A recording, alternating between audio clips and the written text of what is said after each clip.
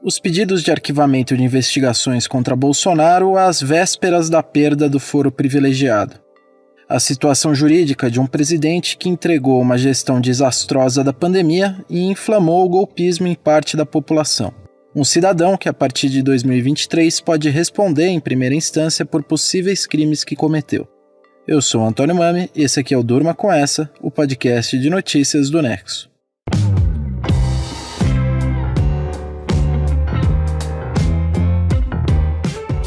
Olá, eu sou a Letícia Arcoverde e estou aqui com o Antônio para apresentar esse podcast que vai ao ar todo começo de noite de segunda a sexta, sempre com notícias instigantes que podem continuar a ecoar por aí. Segunda-feira, 14 de novembro de 2022. Dia em que o jornal Estado de São Paulo publicou uma reportagem mostrando que desde setembro a Procuradoria-Geral da República pediu ao Supremo Tribunal Federal o arquivamento de 10 pedidos de investigação contra o presidente Jair Bolsonaro. Ao dar lugar a Luiz Inácio Lula da Silva em 1º de janeiro de 2023, daqui menos de 2 meses, o Bolsonaro vai perder o foro privilegiado e poderá ver investigações sobre ele serem encaminhadas para a primeira instância. Como presidente, Bolsonaro só pode ser julgado pelo Supremo Tribunal Federal e só pode virar réu num processo criminal a partir de uma denúncia da Procuradoria-Geral da República, que tem que ser autorizada pela Câmara dos Deputados. Se uma investigação contra ele for encerrada antes do fim do seu mandato, ela não é encaminhada para um tribunal de instância inferior. A Procuradoria-Geral da República é chefiada por Augusto Aras, que foi indicado ao cargo por Bolsonaro em 2019. O procurador tem a gestão marcada pelo alinhamento aos interesses do presidente e é acusado de se omitir em processos que podem afetar Bolsonaro e seu entorno. Aras foi reconduzido em 2021 e fica no cargo até novembro de 2023. Lula ainda não sinalizou como vai agir caso Aras pleiteie de novo uma recondução ao fim do seu mandato. O Aras tem como braço direito a Lindora Araújo, que é vice-procuradora-geral da República e a autora desses pedidos de arquivamento feitos desde setembro. Pelo menos 5 deles foram negados pelo Supremo.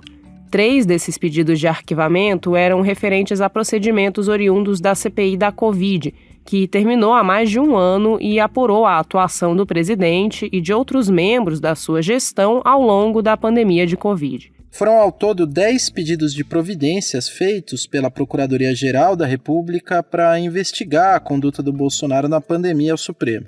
Em julho, a Lindora tinha pedido para o Supremo o arquivamento de 7 desses pedidos, desses procedimentos preliminares.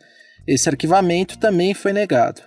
As medidas servem para apurar, por exemplo, se o Bolsonaro praticou crimes de charlatanismo ao fazer propaganda da cloroquina para um tratamento precoce inexistente contra a Covid, ou se empregou verba pública irregularmente ao mandar o Exército aumentar a compra desse medicamento, da cloroquina. Há ainda suspeitas de crimes de prevaricação, epidemia com resultado de morte e infração de medida sanitária. O presidente costuma dizer que a comissão foi imparcial e rejeita todas as acusações. O Bolsonaro já é alvo de um inquérito relacionado à pandemia.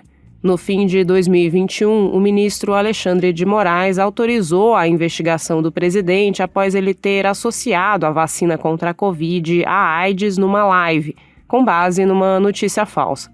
Além desse caso, o Bolsonaro também é alvo de outros 4 inquéritos no Supremo, todos sob a relatoria do Alexandre de Moraes.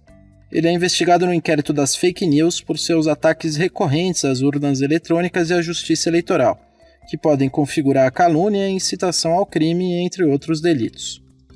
O presidente também é investigado no inquérito das milícias digitais, que mira a atuação coordenada de grupos na internet para disseminar desinformação e atacar as instituições.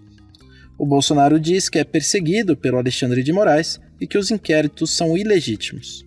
Além disso, Bolsonaro é investigado pelo vazamento de um inquérito sigiloso da Polícia Federal sobre um ataque frustrado ao sistema do Tribunal Superior Eleitoral em 2018. Documento que o presidente aproveitou para lançar dúvidas sobre a segurança das urnas. A Advocacia Geral da União defende o presidente dizendo que o inquérito não estava sob sigilo no momento da live. Bolsonaro também é alvo de outro inquérito por suspeita de interferência na Polícia Federal para beneficiar o seu entorno. Acusação que foi feita pelo ex-ministro da Justiça Sérgio Moro ao deixar o governo em 2020. A Polícia Federal já pediu o arquivamento desse caso, denunciado pelo Moro, afirmando que não há indícios de que o Bolsonaro tenha efetivamente interferido no órgão.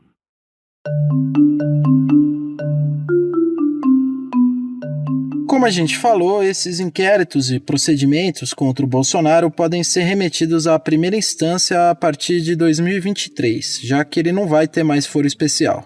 Os procedimentos que estão a cargo da Procuradoria-Geral da República desceriam para uma instância inferior do Ministério Público Federal, e ele seria julgado por um juiz, e não por um ministro do Supremo. Mas isso não é uma consequência obrigatória da perda de mandato. Advogados ouvidos pelo jornal Folha de São Paulo apontaram que os inquéritos contra Bolsonaro podem continuar correndo no Supremo, para evitar um conflito de decisões caso o processo seja desmembrado.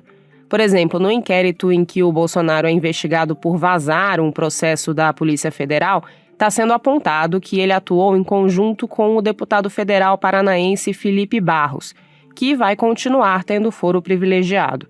Se o processo for desmembrado e o caso do Bolsonaro for para a primeira instância, pode acontecer dele ser absolvido e o Felipe Barros ser condenado pelo Supremo pela mesma ação, ou vice-versa.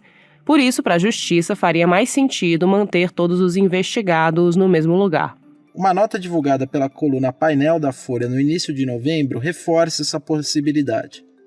Ela apontou que o Alexandre de Moraes pode manter o caso do Bolsonaro no Supremo no inquérito das milícias digitais, já que os filhos do presidente também fariam parte da rede de desinformação bolsonarista. O Eduardo Bolsonaro é deputado por São Paulo e o Flávio Bolsonaro é senador pelo Rio. Os dois têm foro privilegiado. O Bolsonaro também é alvo de ações no Tribunal Superior Eleitoral, por suspeitas relacionadas ao uso da máquina pública durante a campanha à reeleição e pela disseminação de desinformação por seus aliados para desacreditar as urnas eletrônicas e o processo eleitoral como um todo. Esses processos continuam correndo mesmo com o Bolsonaro fora do Palácio do Planalto. Além disso, voltam a correr processos contra o Bolsonaro que foram suspensos quando ele assumiu a presidência, já que o presidente só pode responder a processos por ações tomadas durante o seu mandato. Ele é réu em ações penais por injúria e incitação ao crime contra a ex-deputada federal petista Maria do Rosário, a quem ele disse numa sessão na Câmara dos Deputados que não merecia ser estuprada por ser muito feia. 2023 vai ser o primeiro ano em que Bolsonaro não vai ter foro privilegiado em mais de 3 décadas, já que em 1991 ele assumiu o primeiro mandato dele como deputado e desde então não saiu de Brasília. Ele vai ficar mais desguarnecido. A Polícia Federal, por exemplo, não vai mais ter que pedir autorização do Supremo para abrir investigações contra ele. Além disso, o Ministério Público do Rio de Janeiro, que estuda reabrir o caso das rachadinhas envolvendo o Flávio Bolsonaro, caso que foi anulado pelo Superior Tribunal de Justiça, pode incluir o presidente numa eventual nova investigação.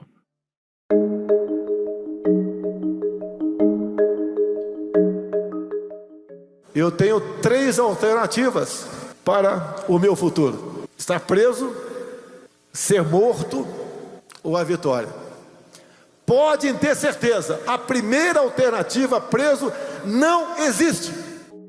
Essa fala do Bolsonaro é de um ano atrás, num evento evangélico em Goiânia. Foi um exercício de retórica, um discurso grandiloquente em tom de campanha para se apresentar como um líder perseguido.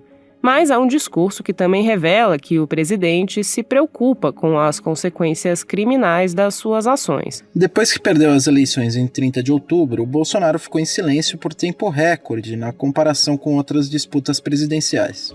Foram 45 horas sem se manifestar sobre o resultado até fazer um discurso à imprensa, no momento em que os seus apoiadores bloqueavam rodovias e se aglomeravam em frente de quartéis pedindo um golpe de Estado. Antes de fazer esse discurso, ele pediu para se reunir com ministros do Supremo Tribunal Federal. Esse convite foi recusado e a atitude foi lida por analistas como uma tentativa de negociar algum tipo de imunidade. O discurso pós-derrota do Bolsonaro foi ambíguo. Ele não reconheceu a vitória do Lula e legitimou os movimentos golpistas, dizendo que eles estavam se sentindo injustiçados com o processo eleitoral, no qual não houve sequer indício de fraude.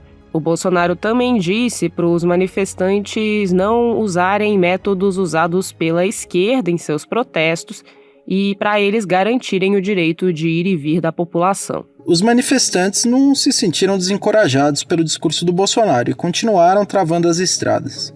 Então, o presidente divulgou um vídeo em 2 de novembro, um dia depois do seu pronunciamento público, falando mais claramente que eles tinham que desbloquear as rodovias. Com isso, Bolsonaro tentou se desvencilhar das implicações criminais dessas manifestações que resultaram de um discurso golpista mantido por ele ao longo de anos. Seria mais uma entre as tantas questões que envolvem o presidente na justiça. Investigações e procedimentos que estão em estágio inicial, mas que preocupam Bolsonaro. Segundo informações de bastidor do colunista Lauro Jardim, do jornal O Globo, a prioridade do presidente no momento é garantir que nem ele nem seus filhos sejam presos. Para isso, ele vai contar com a assessoria jurídica de advogados contratados pelo PL, partido ao qual ele se filiou para tentar a reeleição. A partir de 2023, Bolsonaro vai exercer o cargo de presidente honorário da legenda.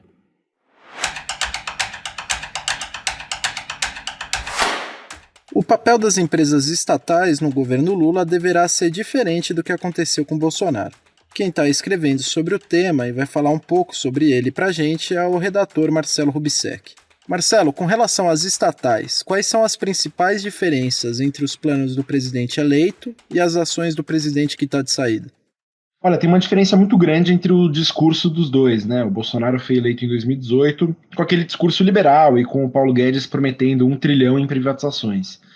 A gente sabe que na maior parte do governo isso ficou no discurso mesmo, porque por muito tempo o governo Bolsonaro teve muita dificuldade para tirar do papel privatizações relevantes. A mais importante, inclusive, aconteceu em 2022, com a venda da Eletrobras, mas não foi muito além disso. Já o Lula, na campanha e desde que foi eleito, tem uma outra postura com relação às estatais. Primeiro, ele rejeita, no geral, a privatização dessas empresas. Ele falou em alguns momentos, inclusive, que não vai privatizar a Petrobras, os Correios, o Banco do Brasil, nenhum deles. E outra diferença é que o Lula fala em fortalecer o papel dessas empresas. Então, a tendência é que o papel delas para o plano econômico do governo cresça aí nos próximos anos. Em quais empresas a gente vai notar mais essa diferença? Olha, tem alguns exemplos que a gente pode dar aqui. Um deles é o BNDES, né, que é um banco público super importante, e que com o Bolsonaro diminuiu o total de dinheiro emprestado. Bem diferente, por exemplo, daquele papel grande que teve com o Lula e com a Dilma entre 2013 e 2016, de fomentar grandes empresas, etc. No novo governo Lula, o BNDES deve voltar a ter um volume maior de empréstimos, mas dessa vez com foco em empresas menores. Outro exemplo são os Correios. O Bolsonaro enviou um projeto para o Congresso que abre caminho para a privatização. Esse projeto chegou a ser aprovado pela Câmara, mas empacou no Senado. A tendência é que com o Lula essa privatização realmente não ande mesmo. E tem, claro, o caso da Petrobras, que é um pouco mais complexo. Com o Bolsonaro, a Petrobras colocou refinarias à venda, até chegou a fazer alguma dessas vendas, e isso deve mudar com o Lula, não deve seguir em frente.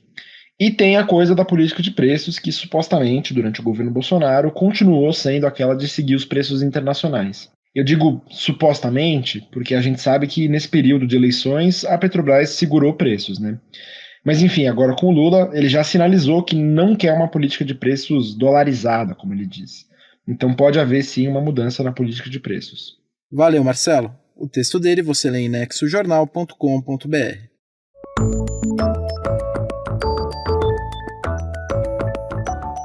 Em meio à transição, Lula vai à COP27 nessa semana. Isso deve colocar o Brasil no centro das atenções da Conferência do Clima da ONU, que acontece no Egito. Quem já está no evento é a ex-ministra do Meio Ambiente, Marina Silva, que apoiou Lula na campanha e é cotada para fazer parte do novo governo.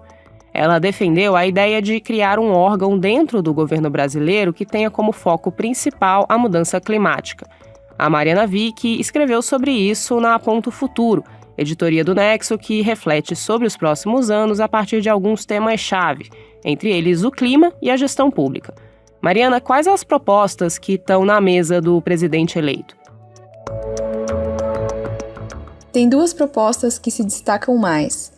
A primeira é essa defendida pela Marina Silva de que o governo crie uma autoridade nacional de segurança climática. Segundo a Marina, essa autoridade funcionaria como uma autarquia ligada ao Ministério do Meio Ambiente, que nem o IBAMA e o ICMBio, e teria a função de coordenar políticas de diferentes setores do governo para combater a mudança do clima. Outra proposta que está na mesa é a da criação de uma Secretaria Especial de Emergência Climática.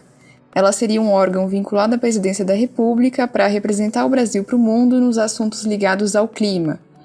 Os Estados Unidos e a Alemanha, por exemplo, têm secretarias para o tema que atuam dessa forma. Esses dois órgãos, a Secretaria de Emergência Climática e a Autoridade Nacional de Segurança Climática, não necessariamente excluem um ao outro, ou seja, eles poderiam existir ao mesmo tempo. Enquanto a secretaria seria mais dedicada para as relações do Brasil com o mundo, a autoridade trabalharia para implementar políticas para o clima dentro do país, conversando com governos locais e com setores da economia. Mas o governo eleito ainda não anunciou se vai pôr essas propostas em prática. O texto dela você lê em nexojornal.com.br/.futuro.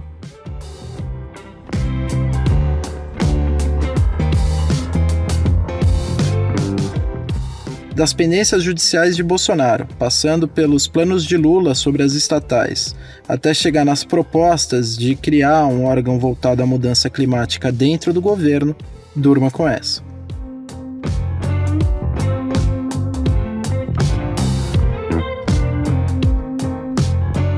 Com roteiro de Antônio Mami, produção de Letícia Arcoverde, participações de Marcelo Rubissec e Mariana Vick e edição de áudio de Luiz Serafim, termina aqui mais um Durma com essa.